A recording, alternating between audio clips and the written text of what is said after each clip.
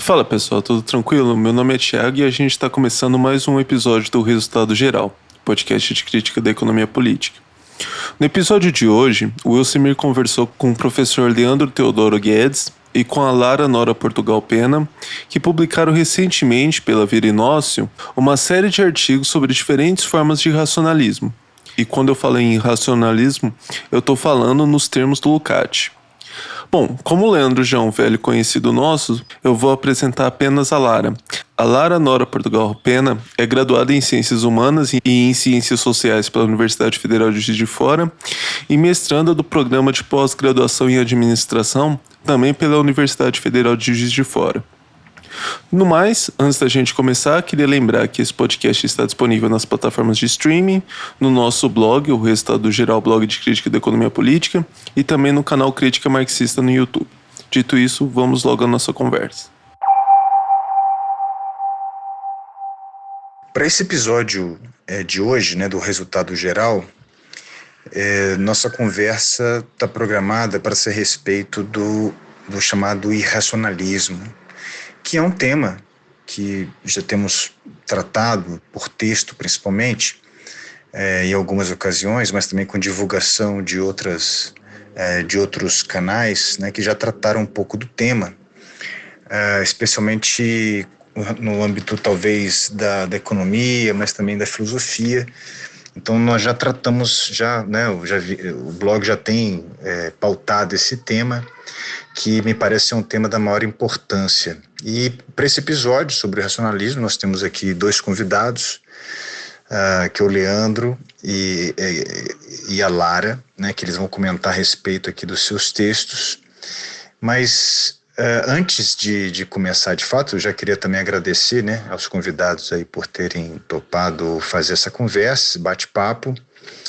E antes da gente entrar de fato nos textos, nos assuntos que cada texto traz, eu achava interessantíssimo que pudéssemos começar por uma questão mais geral, até porque os nossos ouvintes, embora estejam acompanhando algumas questões publicadas no blog, ainda assim me parece ser interessante começar por aí, para que todos possam ter uma ideia mais ou menos aproximada do que é esse racionalismo, que a gente vai tratar aqui nessa conversa, até porque ele tem expressões diferentes ao longo do último século, desde o século XIX até o século XXI, e tem modificações ao longo do tempo, certas renovações, como nós vamos poder discutir. Mas eu queria começar com o Leandro, sabendo dele se ele poderia especificar, sublinhar os aspectos essencialíssimos do que é esse irracionalismo. Olá, Elcemir, Thiago, Lara, olá a todos que nos ouvem. É um prazer estar aqui no Resultado Geral e gostaria muito de agradecer o convite. Para falar do irracionalismo, é muito importante a gente entender, em primeiro lugar, que é um fenômeno da filosofia, mas que tem uma relação muito clara com os fenômenos reais, as coisas que acontecem no terreno econômico, no terreno socioeconômico. Foi um tema que, inclusive, não ficou restrito, não preocupou somente autores marxistas, foi além. Há, por exemplo, uma preocupação muito grande do Sérgio Rouanet, que é um filósofo brasileiro ligado à Escola de Frankfurt, em relação a esse tema. Então ele é bastante amplo. Mas eu acho que a referência central para a gente buscar essa determinação é o filósofo Georges Lukács.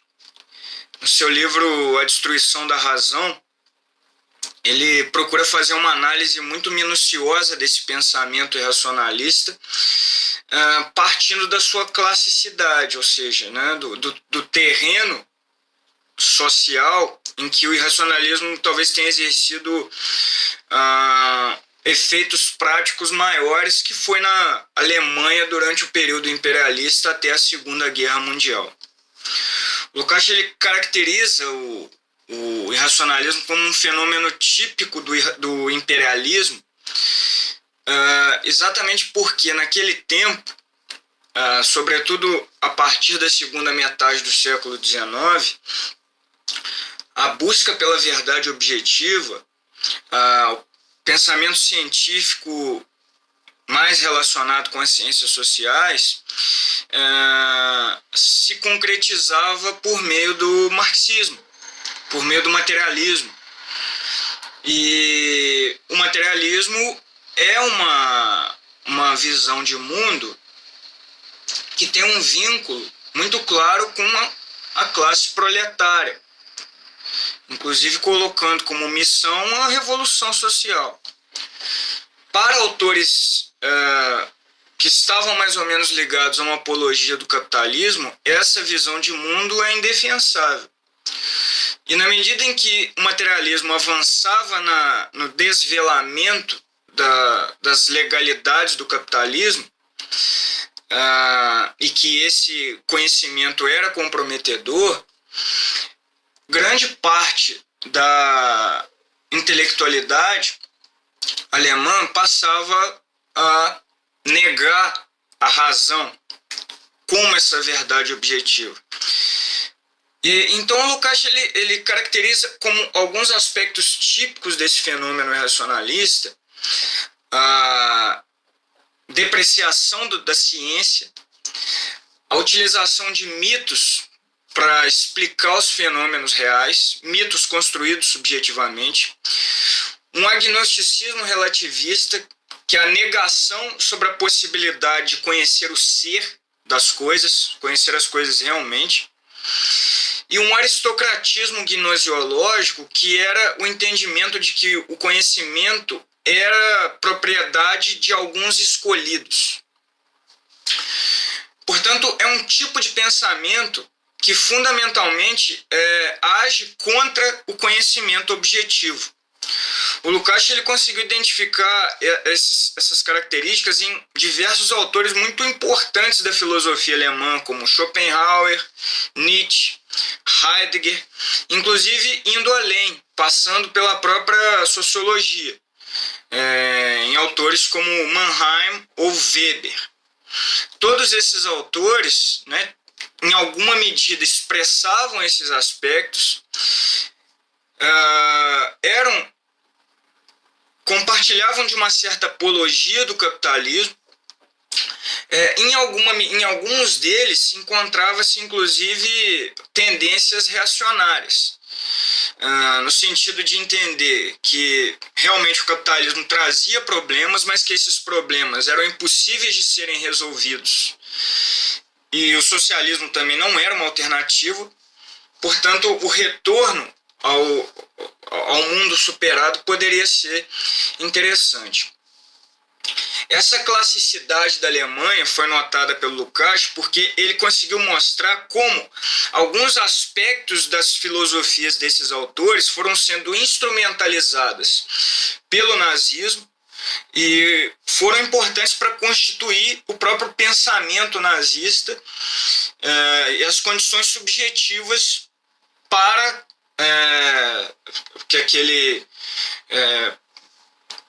que essa visão de mundo depois ganhasse tração política e causasse todo o horror que foi desenvolvido quando chegou ao poder a partir dos anos 30. Mas depois disso, né, eu acho importante dizer que o irracionalismo não morreu. Certamente ele não teve essa mesma importância no terreno social, né, nas suas outras expressões, mas ele não morreu. Nós temos um texto recente que, inclusive, a Lara pôde fazer a tradução do John Bellamy Foster, chamado Novo Irracionalismo, no qual o autor mostra muito bem como autores da filosofia francesa dos anos 60 recuperam várias características dessa filosofia alemã e desenvolvem suas teorias, né, nesse período posterior. É possível também entender naquelas próprias, no próprio texto do Sérgio Rouanet que eu acabei citando, ele mostra, por exemplo, como o pensamento anticolonial no Brasil muitas vezes reitera esse relativismo do irracionalismo ao entender que o único pensamento válido é o pensamento produzido no Brasil, independente da sua validade ou não, da sua capacidade de explicar os fenômenos ou não. Portanto, esse pensamento irracionalista ele vai ganhando novas versões e vai se adaptando a outras ordens de problemas que ele tenta responder.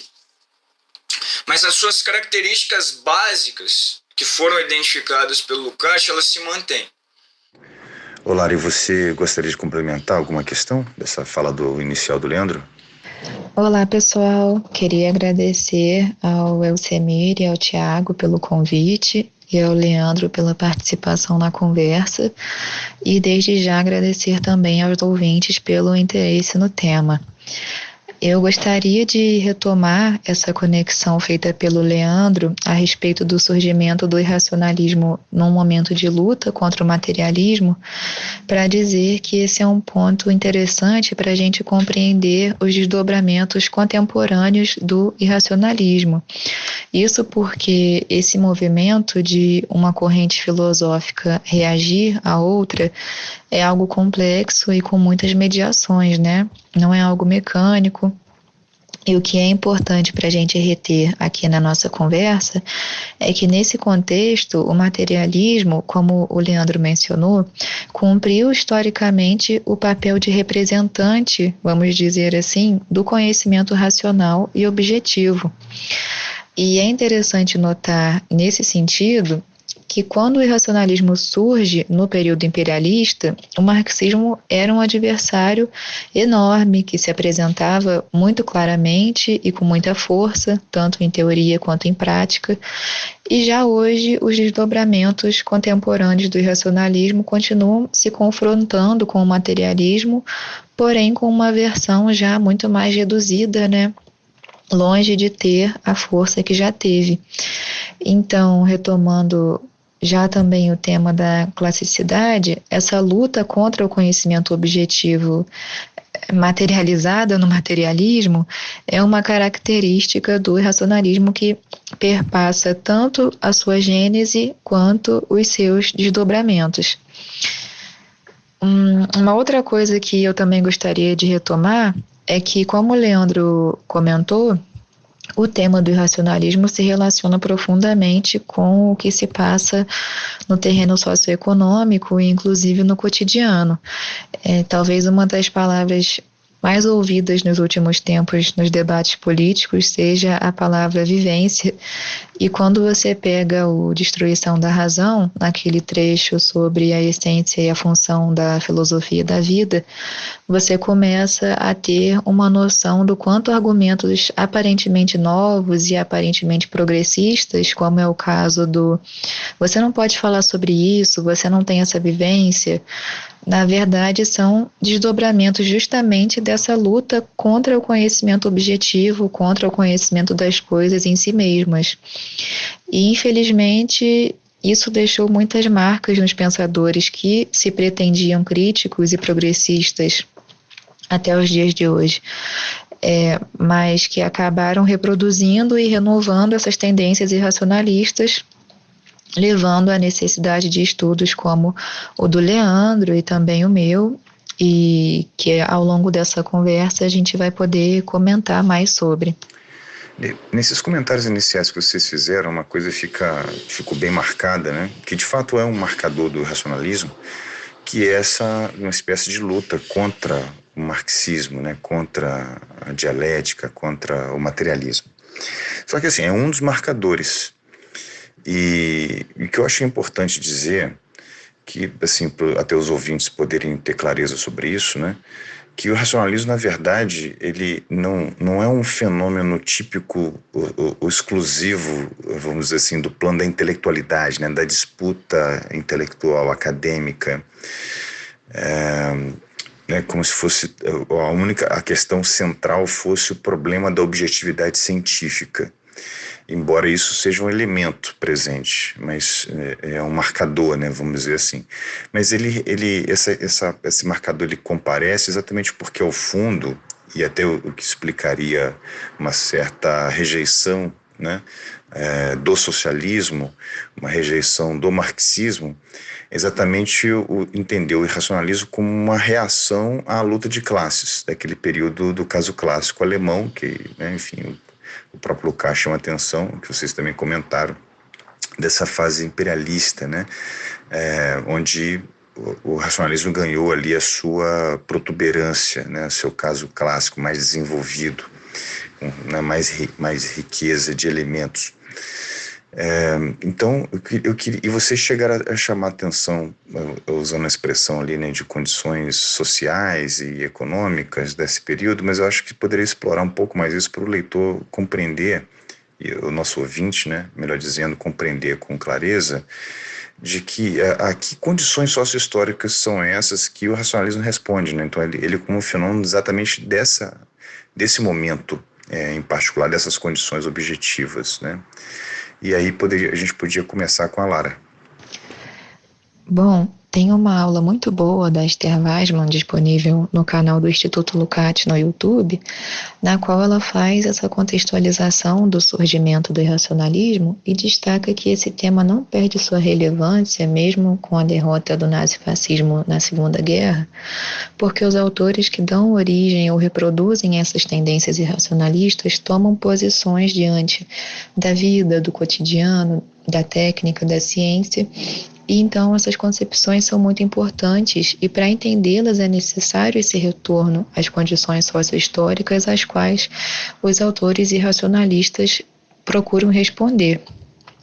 A historicidade é sempre um elemento indispensável para compreender qualquer coisa e no caso do surgimento do irracionalismo, a história alemã não pode ser deixada de lado. O Lukács ressalta sempre o estágio da luta de classes e o clima geral e intelectual do período, tanto da República de Weimar quanto dos períodos anteriores e posteriores. Então, o ponto de partida para compreender essa especificidade alemã é a constituição e o desenvolvimento tardios do capitalismo alemão. A partir disso, o Lukács argumenta que a filosofia surgida no período não pode ser compreendida sem a consideração dessas condições do que é chamado a via prussiana de desenvolvimento. Uma comparação importante feita por ele é que, enquanto a Europa Ocidental tomou o caminho para o rompimento revolucionário com o feudalismo e na constituição da sociedade burguesa se beneficiou com o desdobramento ideológico dessa sociedade, a Alemanha conservou uma miséria própria à transição gradual do feudalismo à modernidade. E esse desenvolvimento da Alemanha do século XVI é relevante porque vai ter como consequência ideológica o fato de que a Alemanha contribui muito pouco com o humanismo e com aquelas tradições de pensamento baseadas justamente na razão. Isso tem consequências muito importantes, por exemplo, na visão que os cidadãos terão sobre o Estado, sobre a política, uma vez que, como eles não se consideram parte desse processo, eles não exigem que a sua racionalidade esteja presente no mesmo. Por isso, o Lukács diz que já existia na Alemanha um irracionalismo pré-imperialista, relacionado com o desenvolvimento de teorias contrárias à apreensão racional do progresso e que vão desembocar nos autores que ele analisa. Agora, dado esse contexto, ele destaca que o marcador histórico essencial do irracionalismo do período imperialista é ter surgido entre duas revoluções, entre a Revolução Francesa e a Revolução de 1848, porque são esses acontecimentos históricos que vão motivar os pensadores a se colocarem inicialmente contra o progresso em sua versão burguesa e posteriormente contra o progresso em sua versão socialista. O que leva a um traço importante do irracionalismo, ressaltado, por exemplo, no artigo do Hans Ros, publicado na Verenócio, no qual ele destaca que, para o Lukács, o desenvolvimento do irracionalismo não se dá de forma unitária e imanente, mas sempre respondendo a questões externas e especificamente às condições da luta de classes. Eu acho interessantíssimo frisar esse aspecto que a Lara está comentando, né? Porque muito do que às vezes aparece como expressões de uma filosofia irracionalista, né? A sua primeira face, a sua primeira forma de se mostrar, ela contém, de certa maneira, uma espécie de crítica, né, do próprio desenvolvimento da sociedade.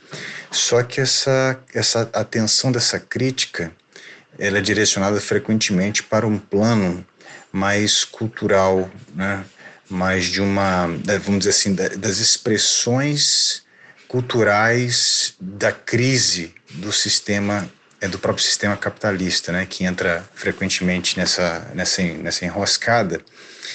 E esses intelectuais, eu acho interessante frisar isso, né? Diante da permanente crise em que o capitalismo entra, a resposta frequentemente é um tipo de crítica a essa manifestação mais cultural, né?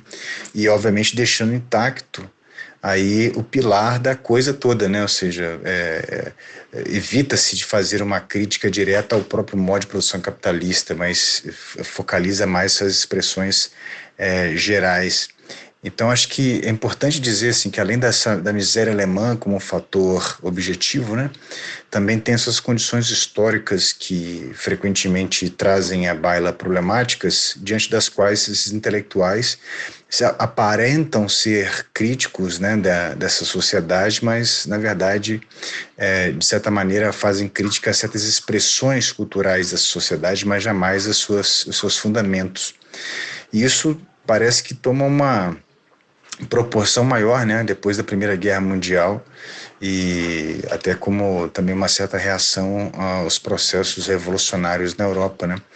O Leandro, você queria complementar, por favor, essas colocações da Lara sobre o problema? Eu acho que um aspecto complementar em relação ao que já foi dito pode ser a própria origem identificada pelo Lukács do desenvolvimento dessas filosofias irracionalistas. A Lara, por exemplo, mencionou aí o período entre as revoluções, e o Lukács deixa muito claro que a grande inspiração para o tratamento do problema do irracionalismo nele está no próprio Marx e no tratamento do Marx ao problema da chamada decadência ideológica. Marx identificava na economia política clássica uma potência científica muito grande. Autores como Adam Smith e Davi Ricardo conseguiram chegar até determinações objetivas do capitalismo, mesmo mantendo a sua posição de classe, que era favorável, evidentemente, à burguesia. Mas em 1848, um período em que há uma grande ebulição de várias revoltas sociais, e aí, de fato, pela primeira vez o poder da burguesia passa a ficar ameaçado pela organização da luta dos trabalhadores. Essa potência científica começa a ser ameaçadora, porque à medida em que os autores chegavam a essas legalidades, eles também chegavam aos problemas das contradições do capitalismo. E desvelando essas contradições, isso poderia, de certa forma, aguçar ainda mais aqueles conflitos sociais. Portanto, a partir daquele momento, a partir de 1848, Marx identifica uma virada nesse pensamento burguês, em que o pensamento econômico ele passa a adotar uma postura totalmente apologética, deixa aquela cientificidade de lado e começa também a tentar se voltar para meios de administração do capitalismo. O Lukács identifica isso como o nascimento de outros de outras possibilidades, né, como o próprio pensamento irracionalista. E aí eu acho que um ponto muito interessante nisso, né, o irracionalismo não é idêntico a essa decadência ideológica. O próprio Lukács chama atenção para uma tendência racionalista, do racionalismo formal, dentro dessa decadência ideológica, mas que também não tem nenhum tipo de compromisso com a cientificidade. Então é muito interessante isso, né? O irracionalismo também está inserido nessa outra grande tendência, mas evidentemente ele se destaca pelos seus aspectos intrínsecos. E essas revoltas populares ao longo do século XIX, elas são muito marcantes para ajudar a conformar o irracionalismo da maneira como a gente conheceu, como a Lara falou, né? Eu acho que é importante dizer que a especificidade da Alemanha nisso é muito interessante por conta de todo o processo violento que compreendeu a própria formação do Estado alemão naquele período. Então eu acho que seria um outro aspecto interessante também para a gente analisar esse conjunto de coisas. Bom, então assim, diante dessas considerações mais gerais, né, a respeito do irracionalismo, eu acho que a gente pode entrar aqui um pouco mais diretamente nos textos, porque aí o texto do Leandro, né, que foi o chamado Irracionalismo e sua teoria do conhecimento, que é o subtítulo, né, a reação agnóstico-relativista de Guerreiro Ramos ao marxismo, cobrindo aí um período entre 1939 até 1955. E o texto do Leandro, ele tem um apelo muito forte, até pelo próprio título, né, que sugere aí essa reação agnóstico-relativista do Guerreiro Ramos ao marxismo. E eu acho que, de repente, Leandro, a gente poderia começar por aí, né, explicar por que motivo esse é um marcador forte do irracionalismo do Guerreiro Ramos. E se você pudesse, em poucas palavras, também apresentar o Guerreiro Ramos, porque talvez possa ter ouvintes que não o conheçam, né? E aí você complementaria com essas questões, com essa questão que eu te levantei. O Alberto Guerreiro Ramos é um sociólogo brasileiro muito influente. Ele publicou vários livros importantes, A Redução Sociológica, A Nova Ciência das Organizações, foi parlamentar, foi cassado durante a ditadura, foi trabalhar nos Estados Unidos. Na fase inicial da sua carreira, ele estava mais envolvido com o nacional-desenvolvimentismo no Brasil, e depois ele passa a ter um diálogo maior com a teoria das organizações. E nesse texto específico, a gente pôde observar, através de uma série de aproximações com as apreensões do pensamento do Ramos, que os analistas dele identificavam, mesmo sem dizer, identificavam aspectos de relação dele de apreensão do Guerreiro Ramos da filosofia racionalista. E aí, investigando um pouco mais de perto, a gente chegou nesses textos de diálogo direto dele com o materialismo, com o marxismo. Foram publicados em O Jornal, que era um jornal de circulação importante nos anos 50, 1955. E neles o Guerreiro Ramos estabelece esse diálogo, mas mais do que o diálogo dele com o marxismo, a recusa dele do materialismo e tudo mais, fica muito clara essa importância do agnosticismo na argumentação dele. Isso se revela por meio de dois aspectos principais. O primeiro deles é o entendimento de que o saber, o conhecimento, ele é sustentado por axiomas que são inexprimíveis em termos racionais. Ou seja, o que sustenta o conhecimento são aspectos que estão fora do alcance do próprio conhecimento. Portanto, o conhecimento, isso vai levar o Guerreiro Ramos a dizer que o conhecimento é sempre uma questão de perspectiva. Sempre o que se conhece sobre determinado objeto é apenas uma perspectiva, não a totalidade do objeto.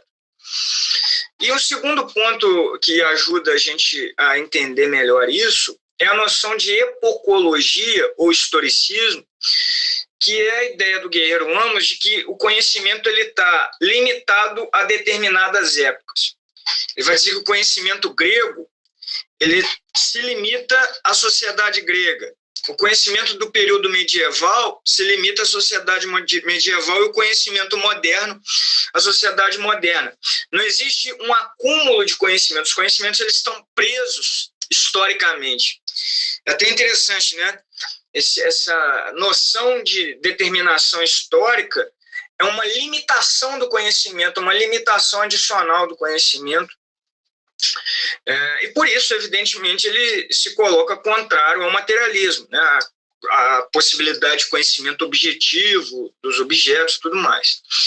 Há outras discussões ali também, mas em relação ao núcleo central do argumento, eu diria que esse é o ponto que esses dois aspectos mostram como o agnosticismo é o principal marcador.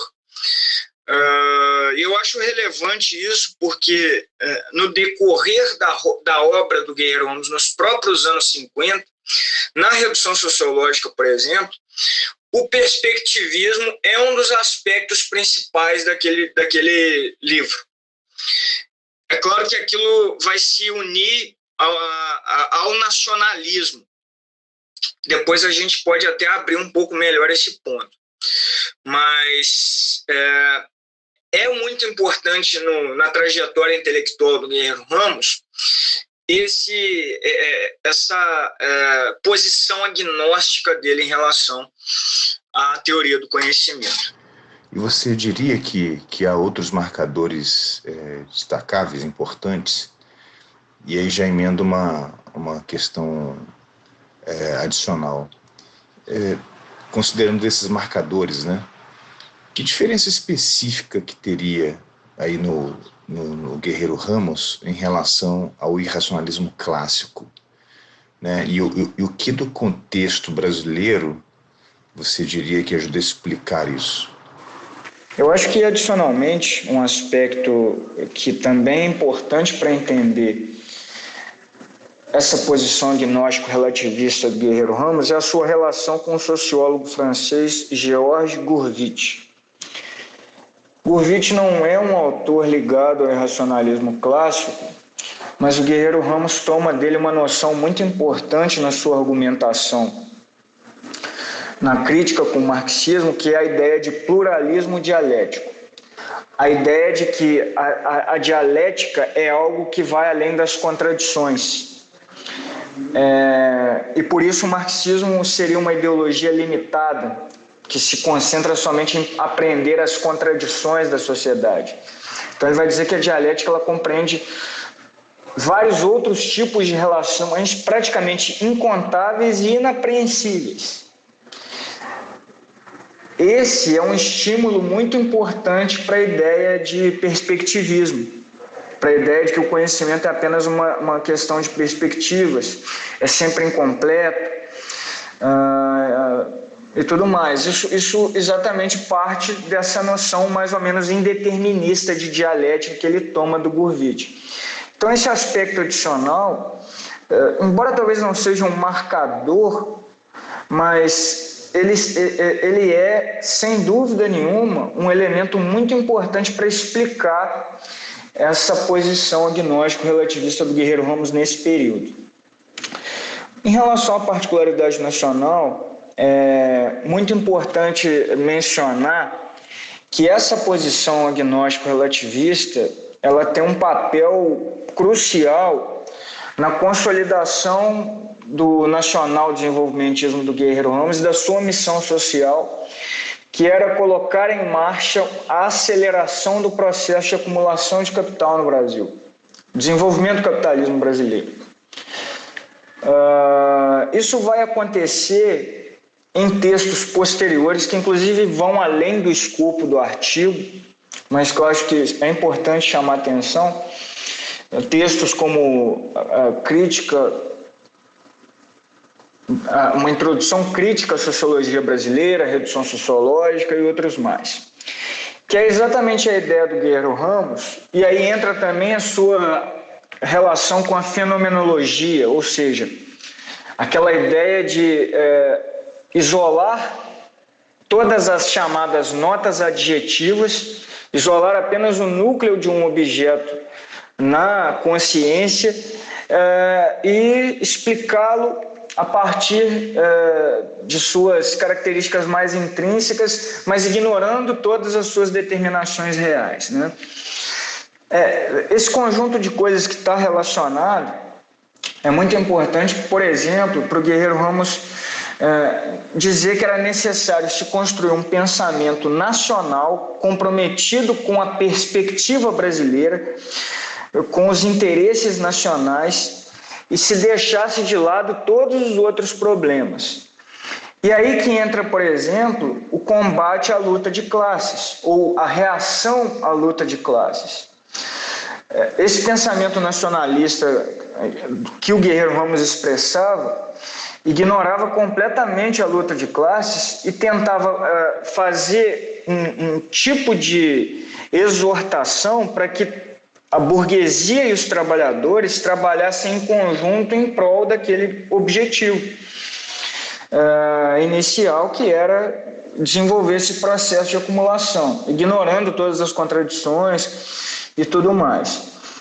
E isso também vai ajudar o Guerreiro Ramos, posteriormente, a criar uma espécie de mito nacionalista, a ideia de todos se submeterem à nacionalidade, a ideia de valorizar apenas as ideias nacionais, de se fazer uma substituição das importações no plano da consciência, e de levar adiante a vontade, o espírito nacionalista, né? Ele também menciona essas coisas, no intuito de dar tração a esse objetivo. Então, só para sintetizar, eu acho importante chamar atenção para isso. Ou seja, essas manifestações do irracionalismo do Guerreiro Ramos, elas têm o mesmo fundamento filosófico que os autores do irracionalismo clássico. Têm os mesmos marcadores, mas esses marcadores eles são levados para outras direções para se adequar ao objetivo do Guerreiro Ramos. No irracionalismo clássico, por exemplo, essas mesmas categorias davam tração a projetos reacionários, de retorno às sociedades antigas. E nesse período no Brasil, no Guerreiro Ramos, eles davam tração a um projeto de desenvolvimento do próprio capitalismo.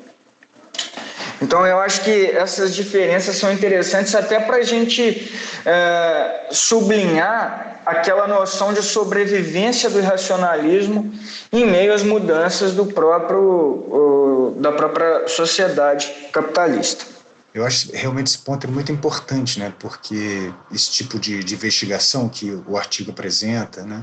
Que inclusive eu sei que a sua tese também, né? Obviamente você já defendeu, e eu estive na banca lá, então eu posso evidentemente dar meu testemunho aqui, né? De que está orientada muito para tentar determinar também a natureza desse pensamento, né? No caso do pensamento do Guerreiro Ramos.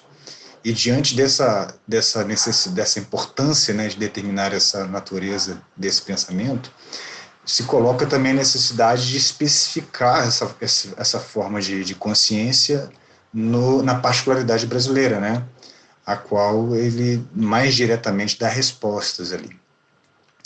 E aproveitando esse ponto, exatamente porque você chamou a atenção, pelo menos que o artigo, né, na verdade, trabalha até a década de 50, mas aí eu queria pedir que você se estendesse um pouco, até trouxesse elementos que não estão no artigo, mas que eu sei que são na tua tese, de como é que essa posição que você mencionou por último, né, digamos assim, ali de uma construção gradativa de uma forma de pensamento a serviço de um desenvolvimentismo, né, pró-acumulação do capital, e, portanto, diferente, né, de uma tentativa de regresso ao passado. Eu queria que você pudesse falar um pouco sobre se essa posição do Guerreiro Ramos permanece para além da década de 50. Se você pudesse comentar um pouco mais sobre isso. Um ponto adicional a respeito dessa posição do Guerreiro Ramos no interior do pensamento nacionalista, nacional-desenvolvimentista, Eu acho que é o próprio vínculo dele, as relações de reciprocidade com outros autores daquele mesmo momento que tinham características muito parecidas com ele. Autores de extrema importância também, como Hélio Jaguaribe ou Álvaro Vieira Pinto. Embora houvesse discordâncias, é muito evidente nesses autores também essa base filosófica e racionalista e o projeto político-econômico de desenvolvimento. E isso é interessante porque é o vínculo do Guerreiro Ramos a uma ideologia muito clara daquela época, e uma ideologia que teve uma força social importante nos anos 50. Informou governos, por exemplo. Então eu acho que isso aí é uma coisa muito interessante e ao mesmo tempo é um aspecto que vai tornando a compreensão do pensamento do Guerreiro Ramos algo bastante desafiador, porque ele não é um autor que se restringe ao nacional-desenvolvimentismo. A sua carreira ela toma outros rumos posteriormente. E ele vai se direcionar a outros problemas e outras missões sociais. Inclusive,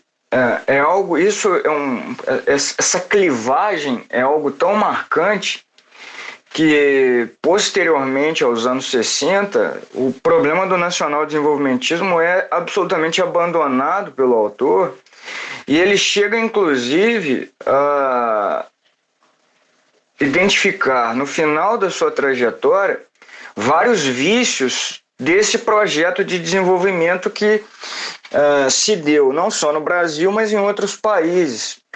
Ele aponta, por exemplo, para o esgarçamento dos recursos naturais e outras coisas mais. Mas o mais interessante nesse processo é que ele passa a desenvolver um ponto de vista no final da carreira, contrário a essa ideia de acelerar o capitalismo. Ele passa a defender o retorno às sociedades antigas como um modelo de vida associada ideal, em que não houvesse o domínio das organizações, em que não houvesse o esgarçamento dos recursos naturais, e outras coisas do tipo. Então, isso eu acho que é muito marcante no autor e que também mostra como é desafiador produzir a determinação social do pensamento quando a gente está diante de uma formação ideal muito complexa nesse sentido, né, que tem aí posições diferentes ao longo da sua vida intelectual. Mas, ao mesmo tempo, isso é algo compreensível porque o desenvolvimentismo como nós conhecemos, de fato, perdeu alguma tração social a partir dos anos 70, né, e 80. Pelo menos essa ideia mais conhecida, né, de acelerar o capitalismo, de talvez desenvolver ali um estado de bem-estar social, isso teve algum esgotamento no terreno social. O próprio autor se volta a outras questões e passa a desenvolver esse ponto. Mas eu acho que isso é interessante também de demarcar, né? Essa mudança de posição, o que evidentemente não torna menos importante a abordagem nacional desenvolvimentista do seu pensamento e a função do irracionalismo na construção dessa posição. Mas, igualmente, em relação aos textos finais, o irracionalismo também volta a produzir efeitos importantes e ajudar o autor a construir essa visão de mundo mais reacionária, digamos assim, né? De defesa de sociedades antigas e tudo mais. E só complementando, nesse período final, em que o problema do desenvolvimentismo, do nacionalismo já não é tão central, os próprios marcadores do irracionalismo mudam um pouco na trajetória do autor.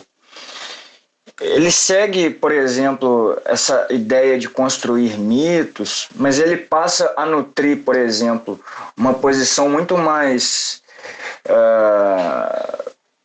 conflitiva em relação ao desenvolvimento da ciência moderna, né? Ele passa a identificar os problemas da sociedade como decorrentes do desenvolvimento da ciência moderna, o que é também uma marca importante do irracionalismo. E isso é muito interessante, né? Porque essa mudança de posição também produz uma certa mudança, né, nesses marcadores. E, novamente, né, ele não se iguala, ele não é meramente um repetidor do irracionalismo clássico, mas ele adapta aquelas posições para esses outros objetivos. E nesse sentido, né, e aí para finalizar mesmo, eu acho muito interessante que a gente, no final das contas, se vê diante de um exemplar muito claro dessa capacidade de sobrevivência e de rearticulação do próprio irracionalismo, né? É um autor que consegue, que realiza essas novas articulações para manter aí o irracionalismo vivo no seu pensamento. Leandro, interessante essa mudança, né, na trajetória do Guerreiro Ramos, e que é uma faceta muito pouco explorada, né? Na verdade, acho que há indicações, né, de outros autores, né, aqui e acolá. Houve certa vez uma reação crítica do Gorender, né, a algumas questões do Guerreiro Ramos que talvez jogasse luz sobre essa questão que você está tratando, dessas tendências, né, do irracionalismo aí no pensamento do Guerreiro Ramos. E o que é muito interessante é porque ele é consideravelmente exaltado, né, por vários setores no Brasil. Se observarmos na própria academia, né, na área de administração pública em particular, na área de estudos organizacionais, inclusive pelo Conselho Federal de Administração, né, que tem ali, que tem o estima muito. E, de certa forma, ele é considerado por muitos dos seus intérpretes, inclusive nessas áreas que eu mencionei, como um bastião progressista, né, na falta de um termo melhor. O que é interessante é como é que essa contradição fica, né? Ou seja, como é que se trataria de um pensamento progressista cujos fundamentos flertam com tendências da filosofia irracionalista, que é problemática por si própria, sem falar dessa mudança que você destacou, em que havia ali vamos dizer assim, um certo salpico, né, de tendências reacionárias, né? E aí, assim, a minha questão que eu queria que você talvez reagisse, o que haveria diante desse cenário que eu estou descrevendo, né, que explicaria essa exaltação nessas várias áreas, né, e do porquê que evidentemente foi objeto de pouca crítica a esse respeito, a não ser também na própria área da administração, né, dos estudos organizacionais em particular, que há autores que fazem críticas, né, como o professor José Henrique de Faria, o professor Cláudio Gurgel, mas que não pegaram essa dimensão das tendências do racionalismo, pegaram outras questões que até conversam um pouco com isso, né? Então eu queria que você reagisse, o que explicaria essa grande, um baixo criticismo e uma grande aceitação das ideias do Guerreiro Ramos, ainda que com essa contradição que eu descrevi? Bom, Elcemir, essa é uma questão muito difícil e eu não teria uma resposta concreta para ela. Então eu corro um risco muito grande de ser especulativo aqui. Mas eu tenho algumas hipóteses que talvez consigam apontar caminhos para explicar essa recepção ampla e positiva do autor na administração e nas áreas afins. A primeira delas é até um tema que você também tem um conhecimento amplo.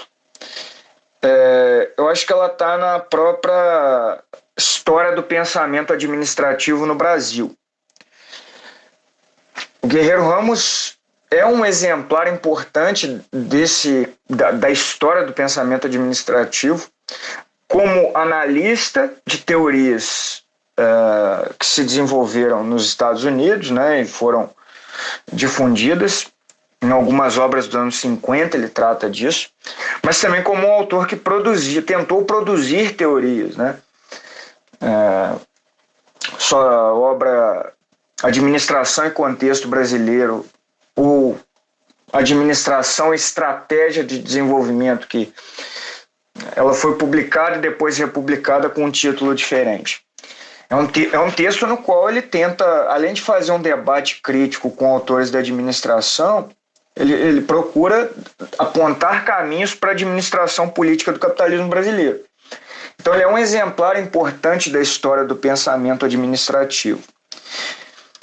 E é um exemplar bastante sofisticado, que não se limitou à administração, se dedicou a vários outros temas. A gente já falou aqui da relevância dele no debate nacional acerca do desenvolvimentismo. Ele também tem um diálogo extenso com os autores do chamado pensamento conservador brasileiro, por vezes crítica, por vezes receptiva, autores como Oliveira Viana e Alberto Torres. Ele se dedicou também ao problema do racismo no Brasil, a estudar o problema do racismo no Brasil, estudo sobre cultura. Então ele é um autor que vai além disso, né? Comparativamente com outros autores da história do pensamento administrativo do Brasil que talvez não tenham tanta audiência. Além disso, eu acho que pesa o fato dele se dedicar diretamente à administração, porque nós temos também outros autores que podem estar ligados a essa história do pensamento administrativo, mas que tiveram uma recepção muito maior em outras áreas. Vou dar aqui um exemplo do Roberto Simons, que é um autor que se dedicou também à administração do capitalismo brasileiro, foi um gestor, escreveu sobre a sua experiência de gestão, mas é um autor muito mais lido na economia. Então eu acho que o fato do Guerreiro Ramos ter sido essa figura tão importante e ter se dedicado à administração é um dos fatores que causam essa recepção grande dele. O outro fator, que eu já até mencionei um pouco, é essa dedicação muito grande dele ao problema da administração política do capitalismo brasileiro. A gente sabe que existem diferenças entre a administração pública e a administração política. O Guerreiro Ramos ele recebe audiência nas duas áreas, recebe na administração pública também pelo fato dele ter sido um agente da burocracia estatal brasileira, né? Ele escreveu muito para a Revista do Serviço Público, que é uma revista dedicada à gestão, e foi uma revista dedicada à gestão interna do aparato estatal brasileiro. Ele escreveu vários artigos nessa revista. Então ele tem ele recebe uma audiência da administração pública do ponto de vista desses problemas mais internos, mas ele também recebe atenção da administração política, dos autores que trabalham a administração política, porque ele estava muito preocupado com isso. Ou seja, como a gente vai organizar o Estado brasileiro para que ele lance as estratégias corretas, considerando a particularidade brasileira, para impulsionar o capitalismo brasileiro. A gente já falou um pouco do problema dessas respostas, mas essa era uma questão que o mobilizava muito. Então eu acho que esse é um outro fator importante, essa dedicação direta dele com esses problemas. E também falando dos estudos organizacionais, é um autor que debateu criticamente com Herbert Simon, nas suas obras mais tardias, com a teoria comportamentalista, e tentou também desenvolver um outro tipo de teoria administrativa, né? Um outro tipo de teoria organizacional. Também já falamos sobre os problemas dessas teorias, mas eu acho que esse é um outro fator, essa dedicação direta dele ao tema. E um outro aspecto, eu acho que, e aí considerando já trabalhos sobre a obra do Guerreiro Ramos, os conceitos desenvolvidos pelo Guerreiro Ramos, eles parecem ser muito sedutores, no sentido de que parece que eles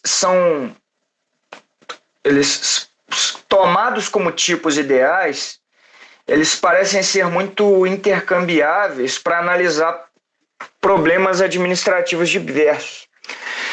Só para exemplificar o que eu estou tentando dizer. É muito comum a gente ver trabalhos que procuram pegar a redução sociológica e, de certa forma, aplicar a determinados problemas concretos. A mesma coisa acontece com o conceito de homem parentético. Então eu acho que são conceitos que receberam uma audiência muito grande, mas ao mesmo tempo isso parece problemático, porque quando a gente analisa a construção desses conceitos, a gente sabe que eles têm uma gênese, ou seja, existem problemas específicos que os geraram, e eles têm também uma missão social. Então, por exemplo, o problema do homem parentético, ele surge a partir da identificação do Guerreiro Ramos do problema da dominação das grandes corporações.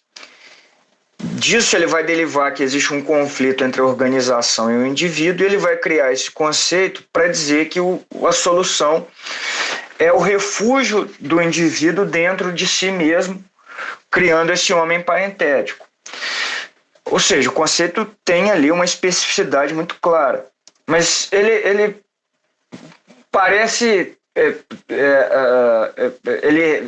as pessoas recebem ele de uma maneira mais ampla, como se fosse um tipo ideal mesmo, e acabam aplicando aí a diversos problemas. Então parece que esses conceitos eles têm de fato uma atração, né? uma certa... academicamente eles parecem ser muito utilizáveis para outras questões. Então eu chamaria atenção para esses três principais aspectos. E aí o fato de... Isso talvez eu acho que daria conta dessa recepção mais ampla. A questão da acriticidade, eu acho que é também um sintoma do próprio campo. Nós sabemos que a administração ela não é muito propensa à crítica, ou a crítica na administração ela é restrita a um grupo menor. E aí eu acho que com o Guerreiro Ramos isso acaba sendo uma consequência também.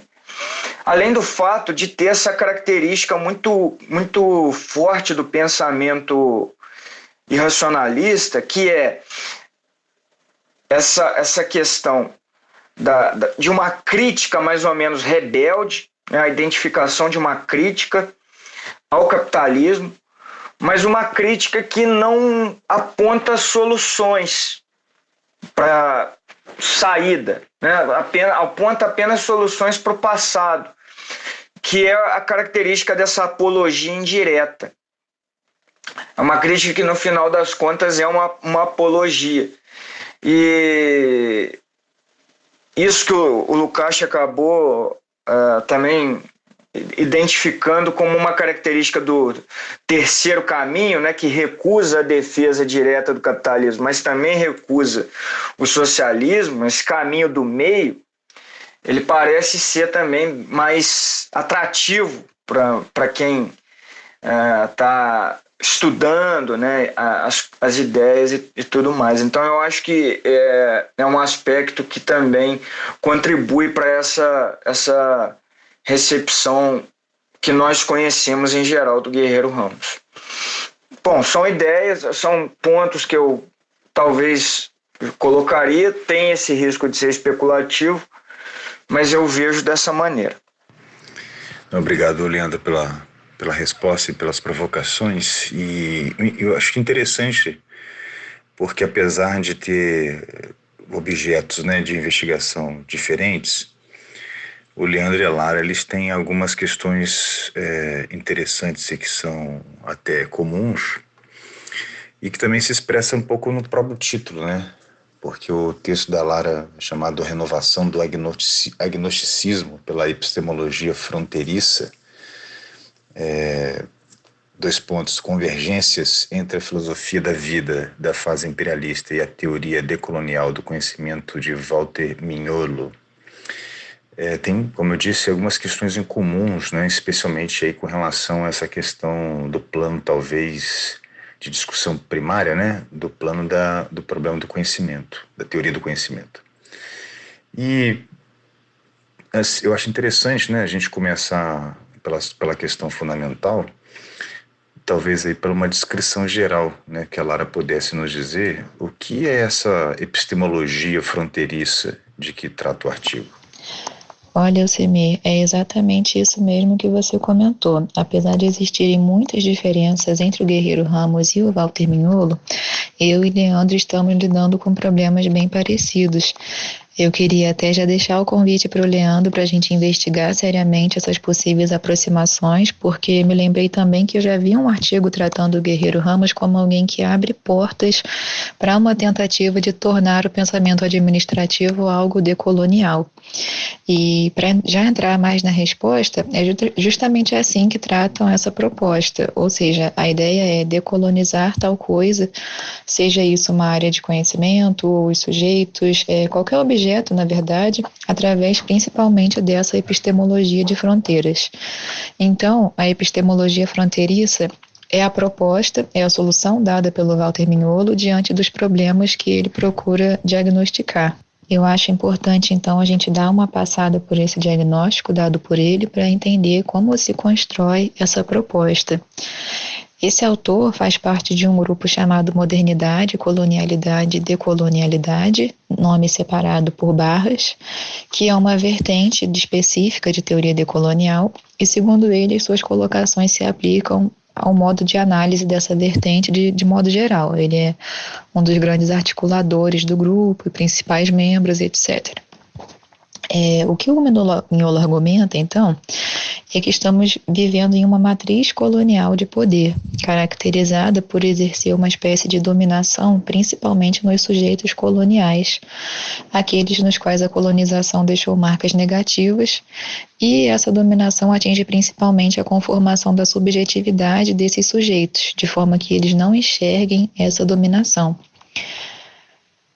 O interessante é que, para ele, essa matriz, na verdade, é uma ilusão, algo construído a partir de narrativas ficcionais que criam domínios e níveis dentro dessa própria matriz, como, por exemplo, o domínio do conhecimento, da economia, da política e etc.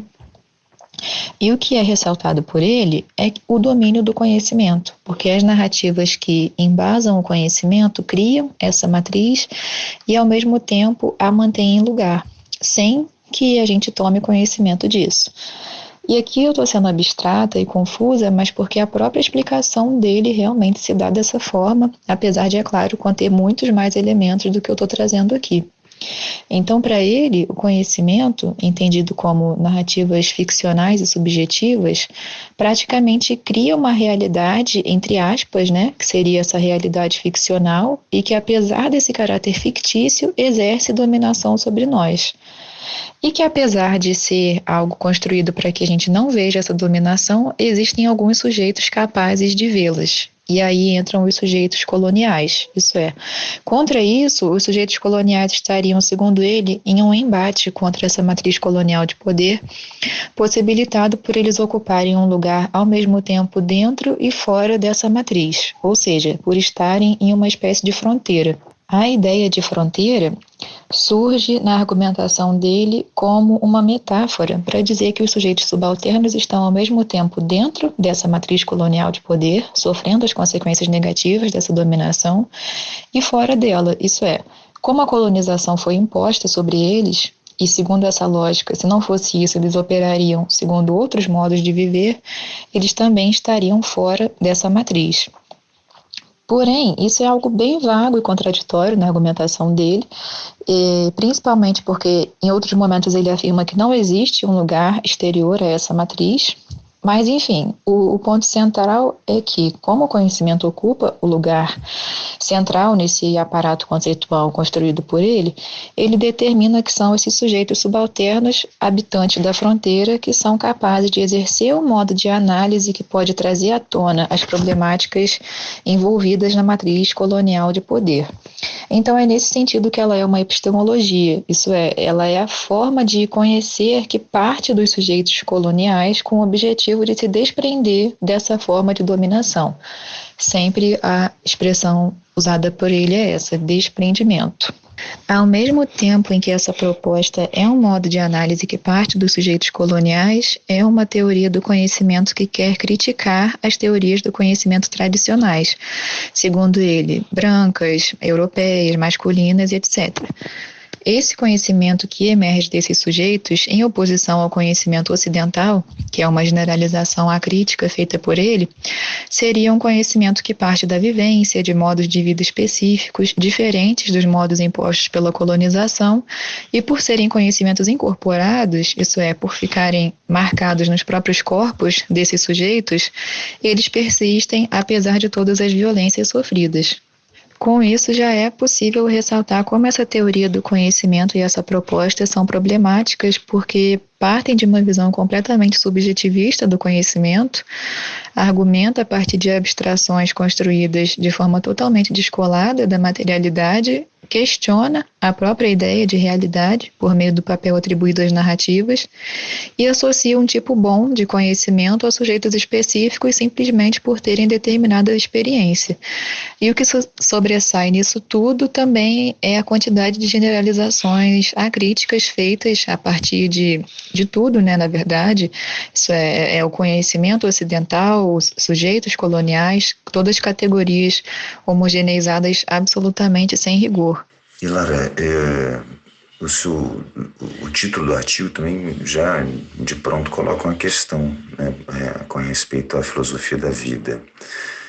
Você poderia dizer um pouco sobre o que se trata a filosofia da vida e por que essa epistemologia fronteiriça pagaria tributos a ela? A filosofia da vida, para o Lukács, é a tendência filosófica mais importante do período imperialista e, nessa qualidade, ela perpassa muitos autores e correntes, mas ela não se configura como uma escola de pensamento fechada e bem delimitada. Ela é mais uma tendência mesmo que se manifesta principalmente na teoria do conhecimento de diferentes autores. Nomes importantes que o Lukács menciona para entender a filosofia da vida são, por exemplo, o Dilthey e o Simmel, mas o Lukács também cita o Nietzsche como um precursor dessa tendência de pensamento, como alguém responsável por colocar teoricamente, pela primeira vez de forma mais clara, as questões que vão ser importantes para a elaboração posterior dos filósofos da vida propriamente ditos. Então, por isso o Lukács usa, para abordar esse papel de Nietzsche, uma expressão que é: o Nietzsche realiza uma antecipação intelectual daquilo que estava para vir, isso é, dessas tendências que vão se consolidar em autores posteriores, que alguns se declaram abertamente como filósofos da vida, alguns não, mas nas quais esses aspectos já aparecem mais claros. E quais aspectos centrais dessa teoria do conhecimento da filosofia da vida? São o agnosticismo e o subjetivismo. Então, a teoria do conhecimento reflete posicionamentos que colocam a impossibilidade de um conhecimento racional e objetivo do real e até questionam a existência desse real. Em consequência, a visão de mundo apresentada por esses autores só pode ser um mito, ou seja, algo inventado subjetivamente, sem a pretensão de apresentar um reflexo mais ou menos aproximado da realidade objetiva. Porém, uma espécie de pegadinha nesses autores é que eles precisavam passar a aparência de estarem apresentando um diagnóstico sobre a realidade objetiva. Então, Lukács vai dizer que a teoria do conhecimento da filosofia da vida não podia simplesmente ignorar os posicionamentos acerca da vida, da realidade, e jogar qualquer debate sobre o ser para o campo do que não era científico, como aconteceu no período de predomínio do neocantismo na teoria do conhecimento. No período imperialista, a filosofia burguesa e racionalista precisava apresentar uma visão de mundo para, com base nela, combater o materialismo, que, de outro lado, estava colocando claramente em debate as questões relativas à apreensão do ser. Então, nesse contexto, os filósofos da vida lançam mão do conceito de vivência, que sempre aparece como, numa contraposição com a categoria do entendimento, e começa aquela valorização de tudo que tem origem na vivência, na vida, nas experiências subjetivas, e aquela depreciação de tudo que tem origem racional. Isso recai no que o Leandro comentou a respeito da terceira via, né? Ou seja, surge na filosofia algo que aparentemente não é nem materialista, nem idealista, mas na verdade sempre renova o idealismo, porque sempre se baseia em não reconhecer a independência do ser em relação à consciência. E aí, por que eu vejo aproximações entre a teoria do conhecimento da filosofia da vida do período imperialista, presente nesses autores alemães que fazem parte da filosofia burguesa e racionalista, e um autor tão contemporâneo e aparentemente progressista e crítico? Porque, apesar dessa aparência, aquele núcleo de recusar a realidade objetiva e a possibilidade de conhecê-la continua o mesmo. Então vai aparecer, por exemplo, nos textos de Mignolo, uma crítica muito forte à ideia de representação, argumentando que não existe uma realidade a ser representada, que tudo que existe são discursos e narrativas que criam o sentido de coisas que fora desses mesmos discursos e narrativas não existem, não são absolutamente nada. Ele vai dizer que nem mesmo a relação sujeito-objeto existe, que não existem objetos a serem apreendidos pelo sujeito de forma independente dessas narrativas, enfim. E fora desse núcleo essencial, até mesmo características mais específicas da filosofia da vida estão presentes no Mignolo.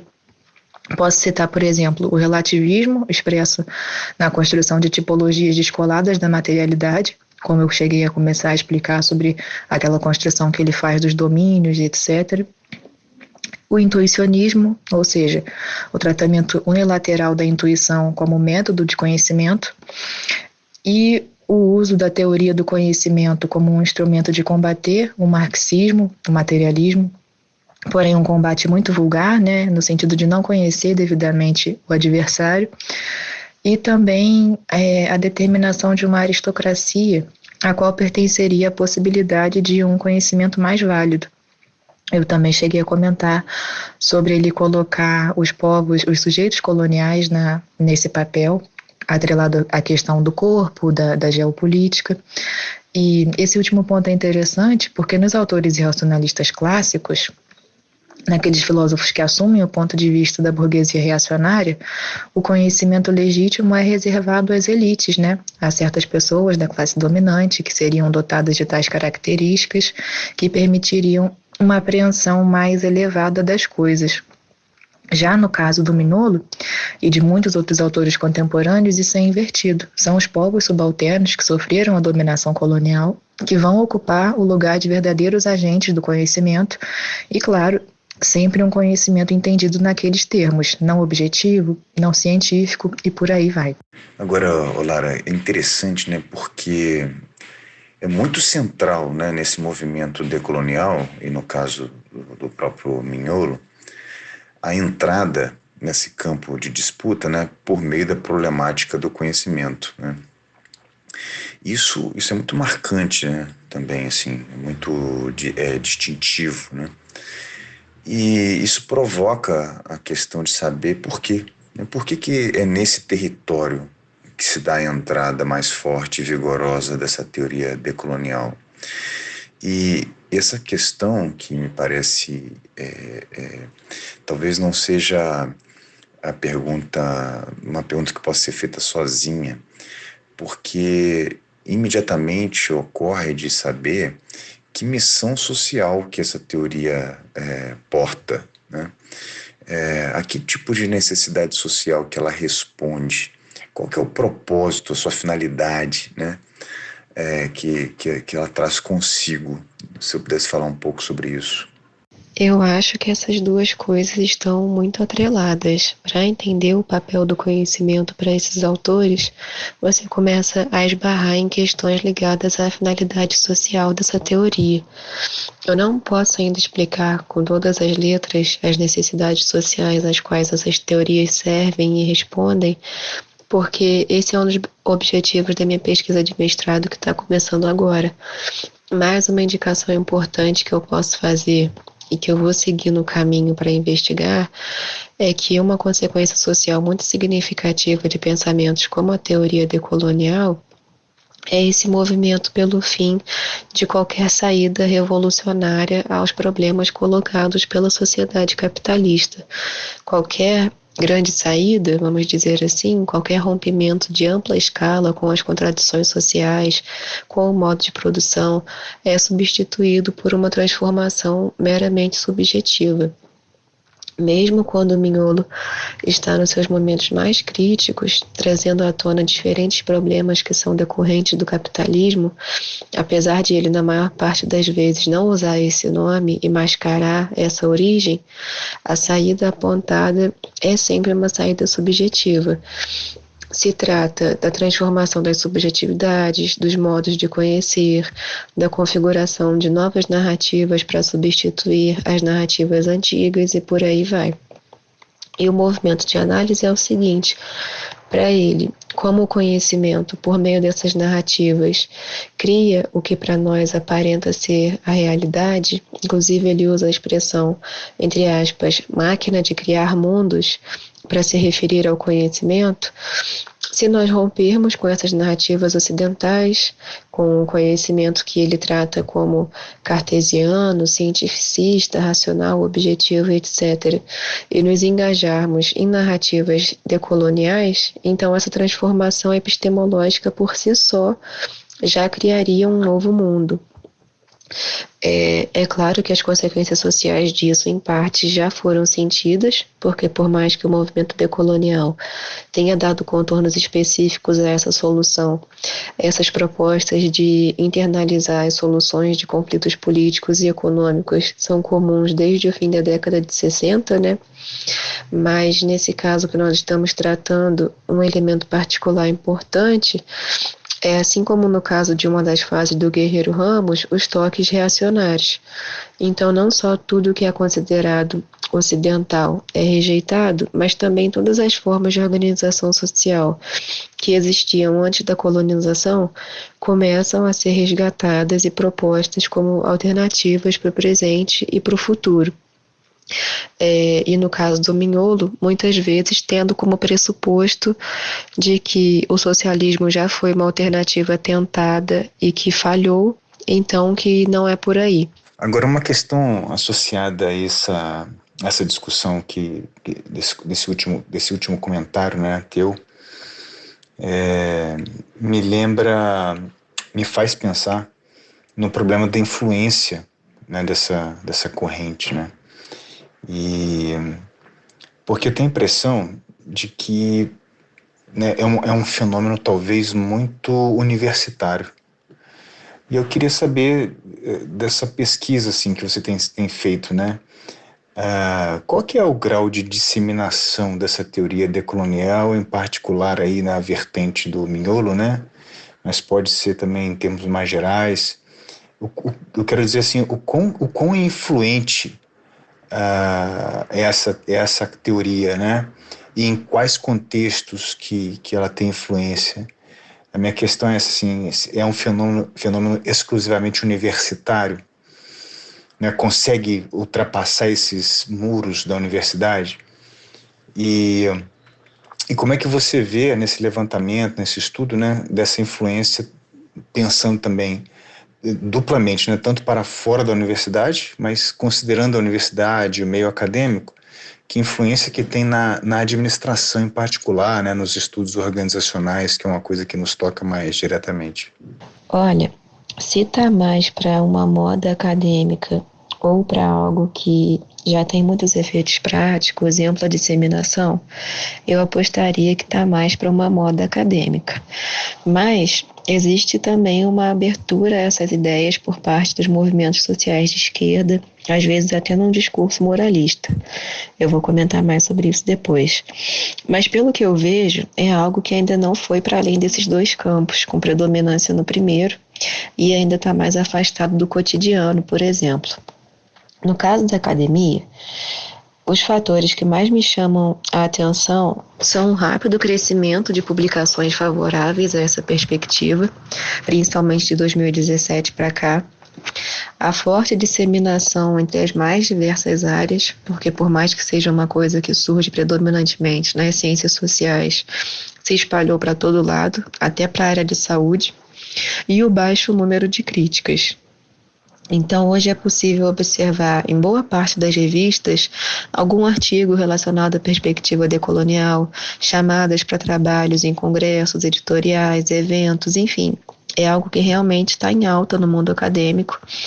E você observa também, nesse contexto, um movimento pela decolonização das mais diversas áreas. Tem a decolonização da teoria social, da história, da geografia, da biologia, da administração, da economia e por aí vai. Isso de acordo com aquele processo que eu mencionei. A ideia é se desligar do conhecimento ocidental, tratado de forma geral e acrítica, romper com o que passou a ser entendido por epistemologia ocidental e se engajar com a epistemologia decolonial.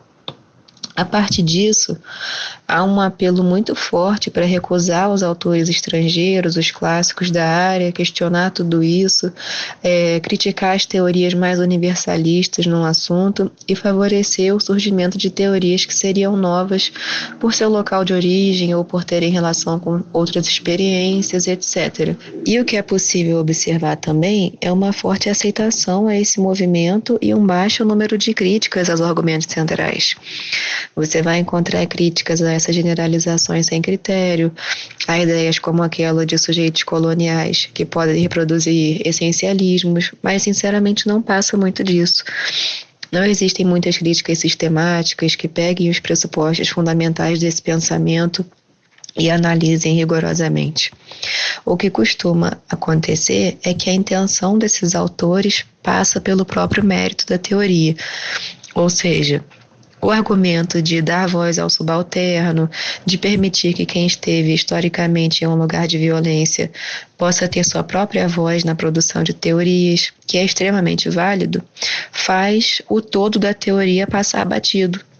E aí você tende a não questionar a objetividade daquele pensamento como um todo, suas lacunas, suas contradições, e sim a concordar com essa intenção. Eu acredito que seja justamente esse o ponto que ganhou apelo com os movimentos sociais de esquerda, e no início eu mencionei um discurso moralista a esse respeito, porque é exatamente essa intenção declarada pelos pensadores decoloniais que a coloca num lugar de certa. Então é muito fácil questionar o pensamento decolonial e isso rapidamente se voltar contra você na forma de uma crítica como você está reproduzindo o pensamento do branco europeu. E com isso acaba se criando essa ideia de que o posicionamento ético dentro da esquerda hoje é o pensamento decolonial. E o que é mais interessante nisso é que é um pensamento antimarxista, né? É um pensamento muito ancorado no argumento de que o marxismo não se preocupou com raça, com gênero, com subjetividade e com a colonização. E aí, essa mentira absurda acabou se transformando em motivo de crédito ao pensamento colonial que teria vindo para finalmente se preocupar com essas questões. Eu acho que o apelo na política está relacionado a isso. Já em relação aos estudos organizacionais, a área está inserida nesse movimento de procurar se decolonizar, se livrar das teorias estrangeiras, produzir teorias locais, rever conceitos e autores de referência e etc., mas ainda é um movimento limitado e que, na verdade, gira em torno de poucas pessoas aqui no Brasil. São poucos autores envolvidos na publicação de artigos que, de maneira geral ou específica, se relacionem com esse argumento decolonial, mas, apesar desse baixo número de autores envolvidos e que está crescendo, já existe um bom número de coisas publicadas, um bom volume de produção a esse respeito. Eu cheguei a comentar que já apareceu a ideia de que o Guerreiro Ramos tem aberto caminho a essa perspectiva nos estudos organizacionais, por conta da defesa de uma perspectiva nacional e etc., mas existem outras linhas de argumentação também, não necessariamente citando ele, mas sempre alinhadas a essa busca por teorias e epistemologias locais. Lari, dois pontos nessa sua resposta que me chamaram muita atenção, né? Que primeiro, assim, porque é muito interessante porque nesse movimento tem algumas questões que são, vamos dizer assim, a gente poderia considerar, né, como corretas ali, algumas reivindicações com relação a esses países subalternos, né? Como você mesmo mencionou, tem algumas questões ali que são legítimas, né? Vamos dizer assim. E ao mesmo tempo, o que é curioso é que o Mignolo, no caso, ele pretendeu instaurar uma epistemologia, né, que ele mesmo alegava ser afastada das tradições europeias, mas que, no entanto, o resultado foi um pouco oposto, né, na medida em que, me parece ali, nas suas colocações, estão ali retomando, né, renovando aquelas tendências da filosofia da vida, né? Propriamente europeia. Então, tem uma contradição interessante ser destacada, e a minha questão é a seguinte: bom, se sabemos que há reivindicações legítimas, mas que toda a teoria tem problemas, inclusive essa contradição, né, de procurar uma epistemologia afastada das tradições europeias, mas encontrá-las exatamente nos seus fundamentos, estaria essa teoria decolonial adequadamente aparelhada para enfrentar as questões que corretamente aponta, né? Quer dizer, onde que mora aí o perigo, né, dessa questão, né? Eu acho que o mais sério nessa questão é que essa teoria não dá conta de resolver os problemas que ela mesma levanta.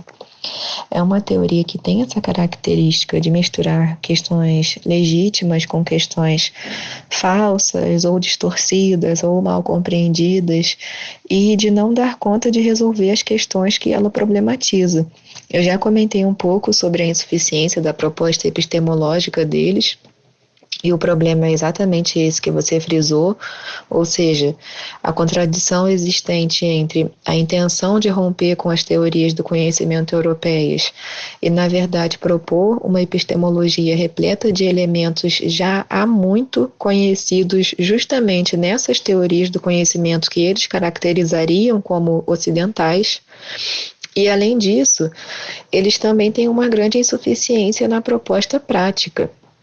A nível de organização, eles propõem a organização em núcleos locais, entre quem compartilha da mesma cosmovisão, se desligando de ideias como Estado-nação, capitalismo, etc., e valorizando essas pequenas comunidades.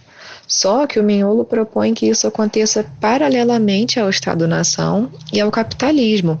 Ele literalmente vai dizer, olha, o capitalismo existe, vai continuar existindo, já tentaram acabar com ele em nome do socialismo e não conseguiram, então o que a gente propõe agora é se desprender de ideias como o capitalismo e sua expressão política, que é o Estado-nação, e deixar eles correrem o curso deles, e enquanto isso a gente vai vivendo da nossa forma decolonial aqui, junto com quem está compartilhando do mesmo universo de sentido. Eu não estou distorcendo o argumento dele, realmente você encontra isso, mas para mim soa como algo completamente problemático, né? A história já mostrou várias vezes que o capitalismo na realidade não funciona dessa forma. Se não existir um enfrentamento real a ele, tanto a nível teórico quanto prático, nenhum modo alternativo de vida vai sobreviver. O capitalismo não vai seguir seu curso para lá enquanto a gente vive em núcleos locais decolonizando nossas subjetividades para cá. Então acaba que é até uma espécie de frustração na resolução dessa teoria, porque primeiro ele levanta uma série de problemas que têm que ser enfrentados, por exemplo, já comentei sobre serem legítimas as críticas sobre a falta de papel dos povos alternativos na produção de teorias, eles também vão bater na tecla da exploração das mulheres, das consequências negativas que o capitalismo tem para a nossa subjetividade. É claro que tudo isso é muito válido. Mas aí, contra isso, nós vamos usar uma epistemologia que não tem nada de nova e simplesmente nos desligar da ideia de um modo de produção como se fosse o suficiente. Por isso eu acho que esse é o ponto a se chegar na crítica a essas formas de pensamento. Se você olhar para os aspectos teóricos, você vai ver muitos problemas, muitas contradições, muitas críticas pessimamente fundamentadas a outras teorias. E se você olha para as proposições, você se depara com ideias absolutamente frustrantes e insuficientes. E o próprio Miolo tem consciência disso, em parte, porque em certas passagens ele vai dizer coisas como o que temos que fazer é isso, mas os meios de fazer são outra história. Então, é bem complicado. E o que eu acho uma pena também é que se a forma que o Miolo e outros teóricos decoloniais tratam o marxismo não fosse tão baixa e desonesta, poderia haver um diálogo muito interessante no sentido de eles mesmos fortalecerem as soluções que eles podem propor. Mas grande parte do argumento do Miolo é direcionada para tentar mostrar que, para ele, o marxismo é mais uma entre as muitas teorias europeias, que coloca nada além de um ponto de vista ocidental, entre aspas, que não se preocupa com as questões que eles se preocupam e por aí vai.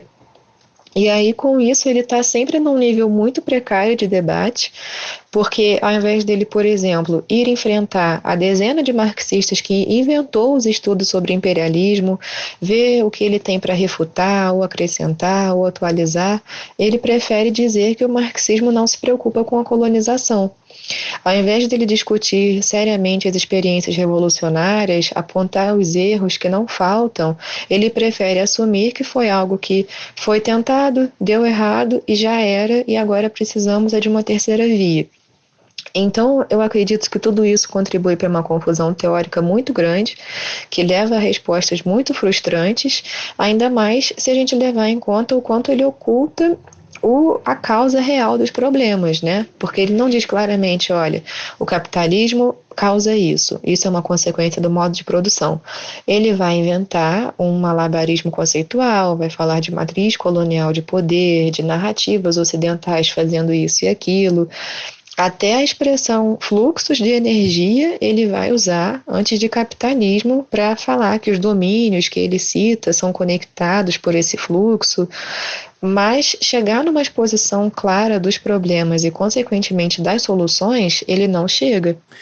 Bom, então eu acho que deu para cobrir bastante, né, algumas questões centrais dos textos, e como já vamos aqui adiantando muito tempo, né, da conversa, eu vou deixar então a sugestão aí para os ouvintes poderem, a partir daqui dos comentários, né, ficarem interessados em ler os artigos que vão aí sendo aqui, né, apresentados, né, comentados, e que vão também aparecer no link divulgação dessa conversa, né? Então é isso aí, vou agradecer novamente o Leandro e a Lara e sigamos. Bom, então a gente está chegando ao final do episódio de hoje. Eu queria somente reforçar que o link para os artigos publicados tanto pelo Leandro quanto pela Lara lá na Verinócio estão na descrição do episódio. E no mais, a gente se vê na próxima. Até lá!